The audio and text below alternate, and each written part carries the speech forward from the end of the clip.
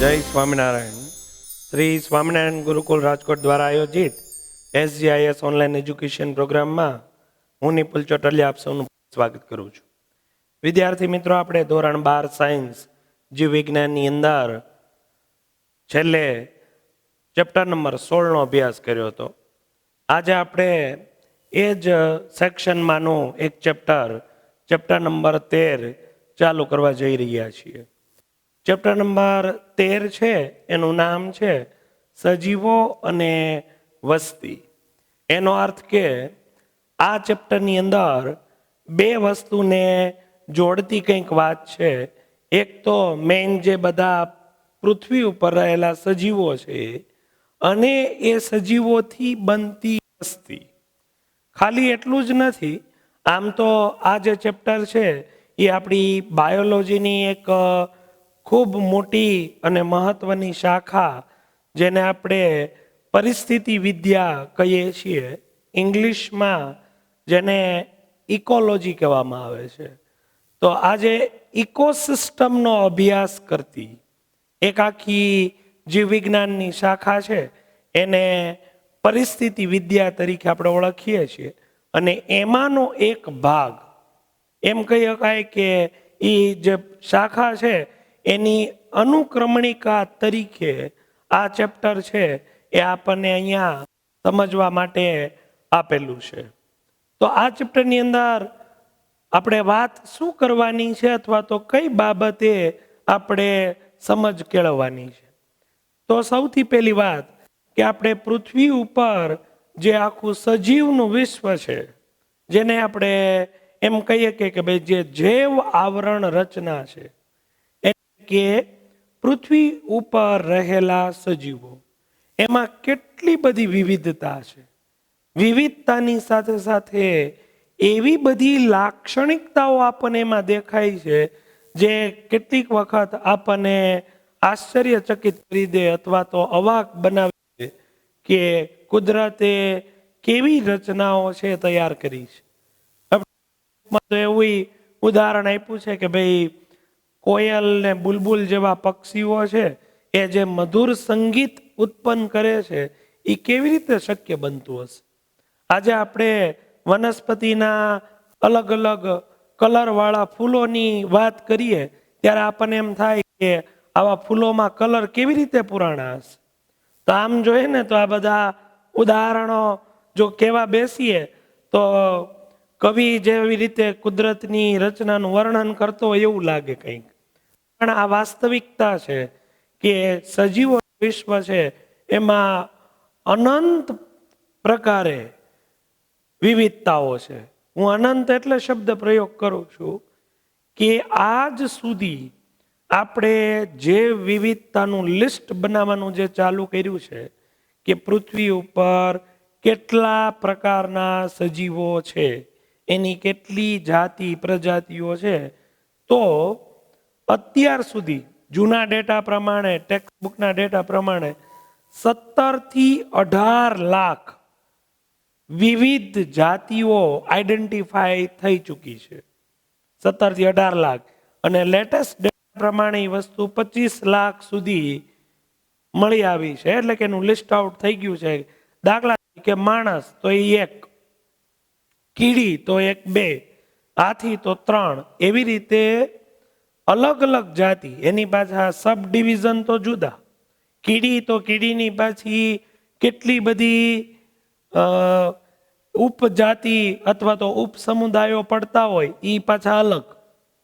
પણ ખાલી એક કીડી દાખલા તરીકે તો એ 1 ગણવામાં આવે, માણસ તો એ 2 ગણવામાં આવે. પછી માણસમાં કેટલી બધી અલગ અલગ જાતિઓ છે. આફ્રિકન કયો, વેસ્ટ ઇન્ડિઝ કયો, અમેરિકન કયો, ઇન્ડિયન કયો, એમાં કેટલી બધી વિવિધતાઓ જોવા મળે. તો આવી બધી વિવિધતા વિચાર તો કરો. અને હજી વૈજ્ઞાનિકોનું અનુમાન છે કે આ વિવિધતાઓ છે એ કેટલી હોઈ શકે. તો એના અનુમાન પ્રમાણે 80 લાખથી 1,40,00,000 જેટલી વિવિધતા હોવાની શક્યતા છે. પણ મારું એવું માનવું છે કે આપણા જે ધાર્મિક ગ્રંથોની અંદર વાત કરી છે કે 84 લાખ યોનિમાંથી પસાર થવું પડે. એટલે કદાચ વિવિધતાનો જ એ આંકડો છે. પૃથ્વી ઉપર સજીવોની વિવિધતા કદાચ 84 લાખ હોઈ શકે. આ તો આપણે એને ધાર્મિક પોઈન્ટથી કરીએ તોની વાત છે. એ એક પોસિબિલિટી તો કહેવાય જ.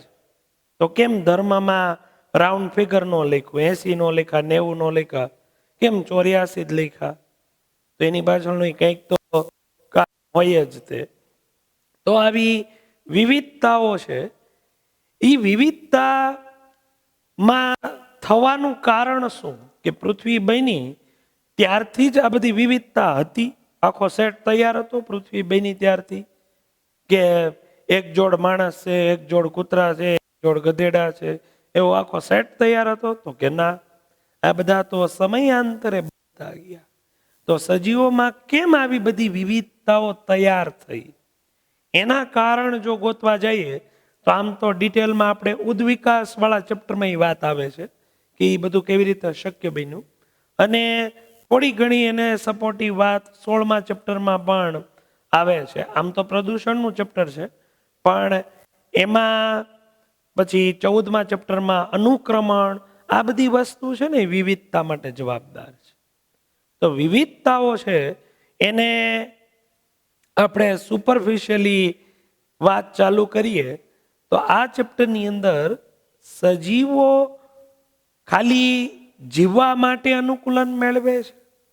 તો કે ના, સજીવો છે જીવવા માટે તો અનુકૂલન મેળવે જ છે, પણ પોતે પ્રજનન પ્રક્રિયા કરવા માટે પણ અનુકૂલિત થાય છે. કારણ તો કે સજીવોનો મુખ્ય એક ગુણધર્મ છે કે પોતે પોતાના જીવન દરમિયાન પોતાના જેવા સજીવો ઉત્પન્ન કરે, જે પ્રજનન પ્રક્રિયા કહીએ છીએ. અને એ એટલે મહત્વનું છે, તો જ આ સજીવોની વિવિધતા અત્યારે પૃથ્વી ઉપર હાજર હોય. નહીતર તો દાખલા તરીકે માણસ છે, પ્રજનન કરીને એની જેવા નવા માણસ ઉત્પન્ન ન કરી શકે. તો 1 અબજ માણસ હોય, એ બધા જીવે ત્યાં સુધી માણસ રહેશે. એ બધા એક ઉંમરે મરી જાય અને એની કોઈ આગળની પેઢી જ ન હોય તો માણસનું અસ્તિત્વ જ 0 હોત. એટલે સજીવોનો એક આગવો મહત્વનો, ખાલી માણસ માટે નથી વાત કરતો, એ વનસ્પતિ હોય, બેક્ટેરિયા હોય કે બીજા કોઈ પ્રાણી હોય, દરેકને આ નિયમ લાગુ પડે. પ્રજનન પ્રક્રિયા એનો આગવો ગુણધર્મ છે.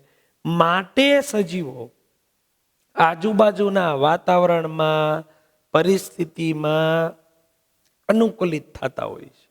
એટલે આમ તો આને પરિસ્થિતિ વિદ્યા તરીકે ઓળખવામાં આવે છે. પરિસ્થિતિ વિદ્યાનો આવો અર્થ થાય છે, જેમાં સજીવોની નિર્જીવ તત્વ સાથેની કેવા પ્રકારની આંતરક્રિયા છે, કેવા પ્રકારના સંબંધો છે, એને સમજવાનું હોય છે.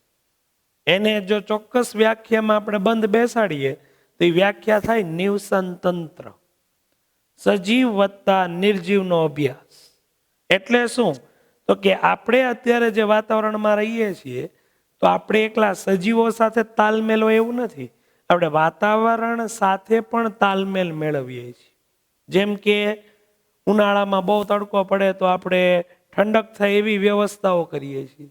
શિયાળામાં બહુ ઠંડી પડે તો આપણે એનાથી ઠંડીથી બચવાની વ્યવસ્થા કરીએ છીએ.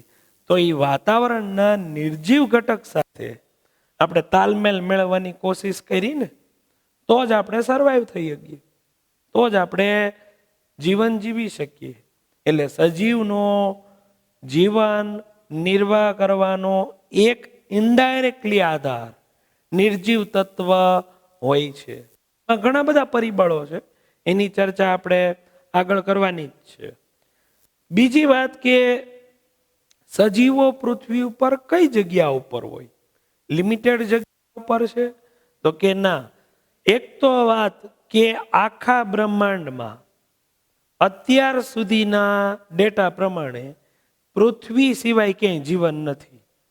બીજે હશે પણ હજી આપણી પાસે એની કોઈ ચોક્કસ પ્રૂફ વાળી માહિતી નથી કે ભાઈ આ પ્રકાશ વર્ષ દૂર એક ગ્રહ છે, એમાં ઉપર જીવન છે એવી કોઈ હજી સુધી ઇન્ફોર્મેશન નથી. એટલે અત્યારે આપણે એમ જ માનીએ કે ભાઈ એક આપણું સૌર મંડળ વિચારીએ તો એમાં સૂર્ય છે અને 9 ગ્રહો છે. એમાં એક જ ગ્રહ પૃથ્વી, એના ઉપર જીવન છે. તો પૃથ્વી જે છે એ ચોક્કસ સ્પીડે અને ચોક્કસ અંતરે પાછી ફરે છે. તમને બધાની ખ્યાલ હશે, આપણે નાના સ્ટાન્ડર્ડોમાં આ બધું ડિટેલમાં આવી ગયું કે ભાઈ પૃથ્વી આટલી ડિગ્રી 83 હોય છે ને એ પોતે 24 કલાકે પોતાનું એક રાઉન્ડ પૂરું કરે અને 365 દિવસે સૂર્ય ફરતેનું એક ચક્કર પૂરું કરે. તો પૃથ્વીના અલગ અલગ વિસ્તારો પર અલગ અલગ પ્રકારની પરિસ્થિતિનું નિર્માણ થતું હોય. કેમ?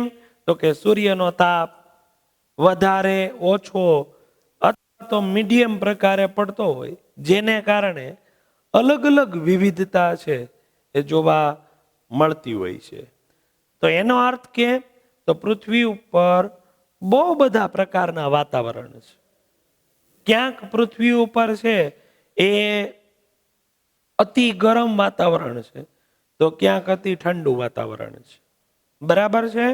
અહીંયા આપણે જો વાત કરીએ તો ભારતની વિવિધતાની, ભૌગોલિક પરિસ્થિતિની, તો ભારતમાં જે ઉત્તર ભારતનો વિસ્તાર છે એ આખા બરફથી છવાયેલો પ્રદેશ છે.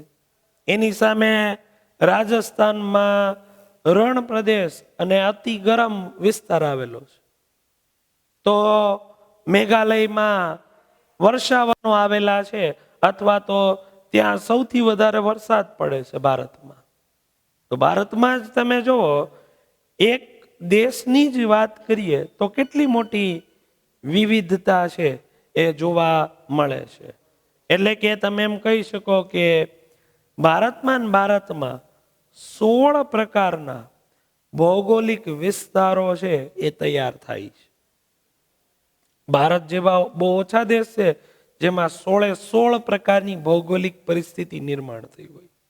તો એવી બધી સજીવોની વિવિધતા જોવા મળે. એની સામે તમે જુઓ તો દરેક પ્રકારની પરિસ્થિતિમાં તમને સજીવો મળશે. એ તમે 0 ડિગ્રીથી નીચા તાપમાન વાળા બર્ફીલા પહાડની વાત કરો, એટલે કે તમે વિષુવવૃત્તથી ધ્રુવ તરફ પૃથ્વીમાં જાઓ એમ ઠંડુ થતું જાય. એવી રીતે તમે ઉષ્ણકટિબંધની વાત કરો તો ત્યાં સરેરાશ તાપમાન છે. એવી રીતે પૃથ્વી ઉપર સજીવોમાં વિવિધતા, આમ તો એક આખું જે વિવિધતા વાળું ચેપ્ટર જ છે, પણ એક યા બીજી રીતે સજીવો હાજર છે.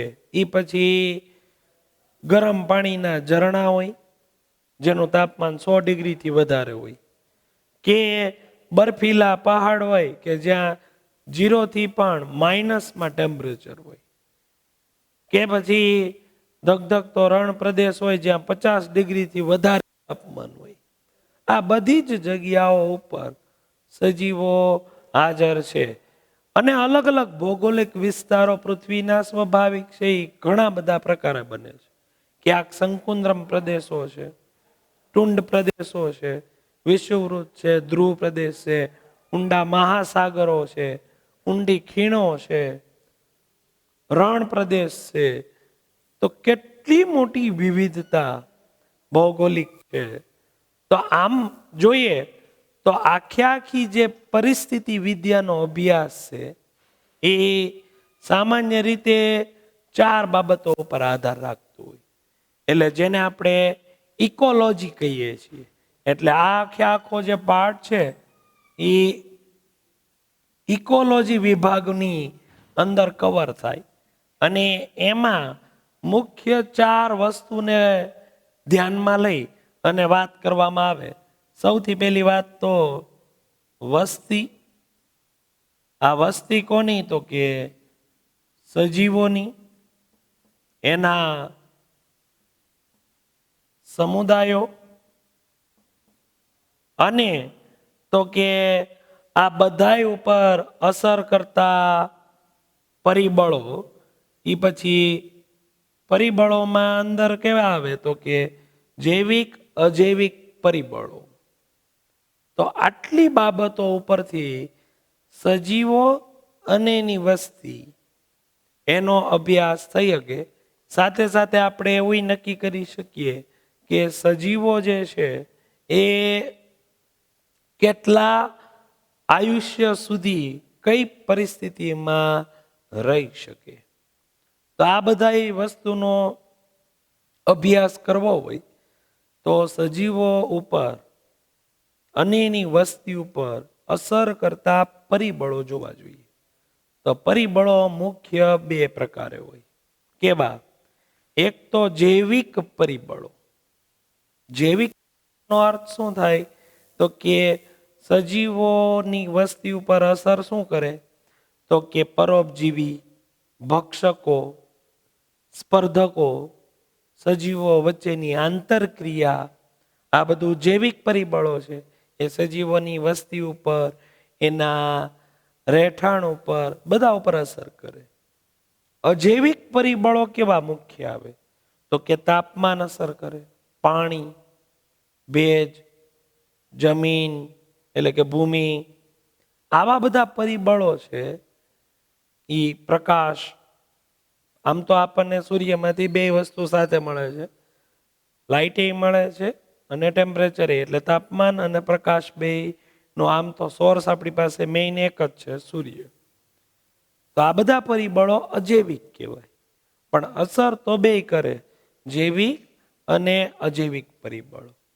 તો આપણે શરૂઆતમાં પહેલા એ ચર્ચા કરશું કે સજીવોની પ્રક્રિયાઓ પર, દૈનિક પ્રક્રિયાઓ પર કયા પ્રકારના પરિબળો જે છે એ અસર કરતા હોય છે, જૈવિક કે અજૈવિક, અને એ પરિબળોની ચોક્કસ અસર સજીવો ઉપર કયા પ્રકારે થાય છે એની ચર્ચા જે છે એ હમણાં આપણે આખા આ લેક્ચરમાં કન્ટિન્યુ નહીં કરીએ, પણ એ નેક્સ્ટ લેક્ચરથી લેશું કે સજીવો ઉપર અસર કરતા મુખ્ય અજૈવિક પરિબળો કયા છે. પહેલા અજૈવિક પરિબળોનો અભ્યાસ કરશું અને ત્યારબાદ જૈવિક પરિબળોનો અભ્યાસ કરવાના છીએ. ક્લિયર? તો આપણે આવા અજૈવિક પરિબળોથી નેક્સ્ટ લેક્ચરની અંદર જે છે એ ચર્ચા ચાલુ કરશું. ત્યાં સુધી બધાને જય સ્વામિનારાયણ.